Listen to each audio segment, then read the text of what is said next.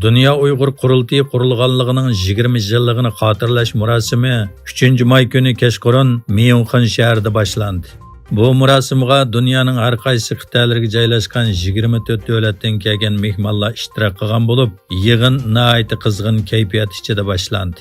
Tunugun tushdan keyin Myunxendagi Xitoy konsulxonasi oldida Xitoyning irqiy qirg'inchilik jinoyatlariga va Shi Jinpingning Yevropa ziyoratiga qarshi zo'r ko'lamli birlashma namoyish o'tkazildi. Bu namoyishga har qaysi ellardan kelgan ko'p sondagi Uyg'urlar qatnashdi. Dünya Uyghur Qurultayı raisi Dolqunay Sapandi namoyish qilgan so'zida bu namoyishning maqsadining Xitoy konsulxonasi orqali Uyg'urlarning ovozini Bejingga yetkazish ekanligini ta'kidladi.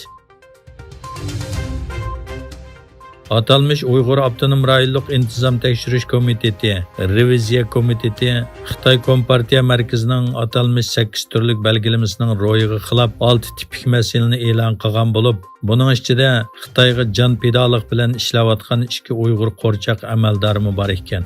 Tangirtog' to'rining 28 aprel xabar qilishicha, Xitoyning Duanvo bayrami yetib kelish oldida atalmış Uyghur Abdunum Rayonluq İntizam Tekşiriş Komiteti, Reviziya Komiteti, Xitoy Kompartiya Merkezining atalmış 8 turlik belgilemesining ro'yiga xilop 6 tipik masala haqida uqtirish tarqatgan. Buning ichida qo'rchoq amaldorlardan Qashqar viloyatlik Tantarbiya idorasi partiya guruhining sobiq muavin sekretari, idora boshlig'i Odil Yunus, Xotan shaharlik siyosiy kengash partiya guruhining sobiq a'zosi, muavin raisi Turdi Muhammad G'ofurmi bor ekan. Kongo Cumhuriyetidagi aholilar Xitoy mablag' solgan Kanning rayonning ekologik muhiti va normal turmushiga buzg'unchilik qiladiganligiga norozilik bildirdi. Angliya BBC'ning 30 aprel xabar qilishicha, Kongodagi Xitoy igdorchiligiga tushib qolgan kobalit koni atrofidagi aholilarning normal turmushiga ta'sir etgan. Kobalit rodisi bo'lsa, yeshil iqtisodning muhim xom ashyolarining biri ekan. BBC'ning muxbirlari Xitoy mablag' solgan kobalit koni atrofidagi yerlik kishilarni ziyorat qilgan bo'lib, aholilar Xitoyning rayonda kon ichish orqali xalqning normal turmushiga buzg'unchilik qilganligidan qattiq norozi ekanligini bildirgan. Yaponiya va Filippin davlat mudofaa ministrlari o'zaro ziyorat kelishimi suhbatini tiziltishni qaror qilgan bo'lib, bu ikki davlatning Xitoyga qarshi bexatarlik munosabatini kuchaytirdi.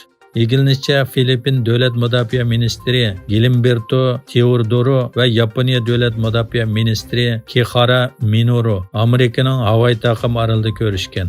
Ministrlar ikki davlatning mudofaa munosabatlarini muzokara qilib, qonun bilan boshqarishni asos qilgan erkin va ochiq endi Tinch okean tasavvuri barpo qilishga qo'shilgan. Amerika Mantaray nomli suvosti paraxotining asl nusxasini tunji qatim to'liq sinab qilishini tamomladi. Angliya taratqullari g'oyat zo'r avtomatik mashinaning alayidliklarini tuzib, suv ostida hukmronlik qilish musobaqasi haqida yozdi. Davlat mudofaa tahlilchilari mundaq dedi: Amerika dengiz armiyasi Rossiya va Xitoyning suvosti paraxotlarini sezish uchun uzun vazifa ijro qila oladigan odamsiz paraxot taraqqiy qildirmoqchi. Kanada bölgünçe sex təşkilatı Xalistan Azadlıq Armiyasının rəhbəri Hardip Singi Neccarni öldürdü deb qaralğan qaslab öldürüş qrupusinin 3-cü əzasını qolğa aldı.